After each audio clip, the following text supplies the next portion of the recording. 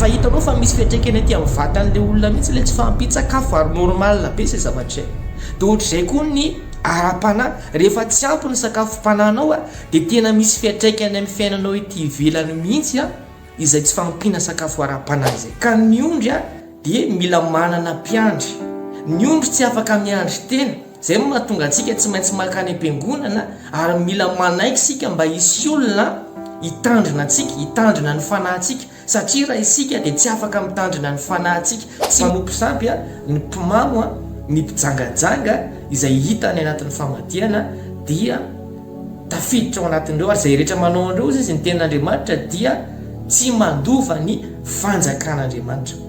Mampianatra anao ny tenin'Andriamanitra androany sahianao mijoro amin'ny sitrapon'Andriamanitra mba tsy hanao zavatra fa vitavitana eo amin'ny mason'Andriamanitra. Ho an'ny olona tsy mahalala nge dia mieritreritra hoe fahasoavana andray fahasoavana no ankanisana any amin'ny famadihana kanefa dia zavatra mifanohitra amin'izany indrindra ary ny zavatra raisin'ny olona any amin'ireny famadihana ireny satria zavatra tsy araka ny sitrapon'Andriamanitra ireny fa varavarana misokatra ho an'ny devoly izay ireny dia tsy hoe rehefa tsy mitovy zany aminao ny fiangonana anankiray dia hoe ratsy izy zantsika fiangonana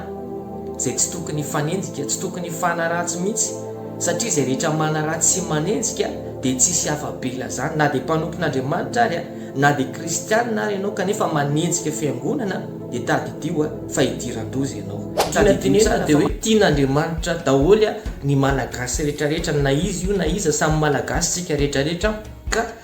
tian'Andriamanitra dia mila mitondra-mbavaka sika ny malagasy mila mitondra-mbavaka sika ny mpiray tanindrazana mila mitondra-mbavaka sika ny mpiray firenena amintsika manoloana izao zava-misy ao indrindra fa ireo kristianina rehetrarehetra mba tena hijoro amin'ny maha-kristianina atsika fa tsy ho voatoana ny fanao ratsy sika tena hoe mila mijoro sika zao ny fotoana anehoana maha-kristianina atsika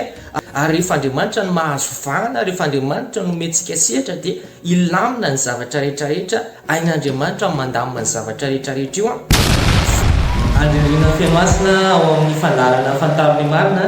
dia faly miarabanao natratra nyity taona vaovao 2024 sy 2020 Andriamanitra dia nilaza fa hitsinjo anao ny maso ny mandrakariva mandritry ny taona iray manontolo ity manomboka amin'izao fiandroan'ny taona izao ka hatramin'ny fiafaran'ity taona 2024 sy 2020 izany no ambarany eo amin'ny Deutéronome toko faraka 20 ny andininy faharoa 20. Andriamanitra koa dia efa nampanantenanao izy fa tsy afoy anao mihitsy na andao anao akory mandritry ny taona iray manontolo ity izany ny voalazany eo amin'ny Hébreux toko 7:20 dia ny andininy 5 tapany farany. Ka raha ohatra ka hoe mitsinjo anao mandrakariva ny mason'Andriamanitra ary tsy mahafoy anao na mandao anao mihitsy Andriamanitra dia inona zany ny olana tsy horesinao iza zany ny fahavalo ajoro eo anoloanao iza zany no ahatohitranao mandritry ny taona ity assure ny fandresenao miaraka amin'Andriamanitra assure ny fombiazanao miaraka amin'ny Jesosy mandritry ny taona iray manontolo ity dia izay ary dia tahiny Jesosy tao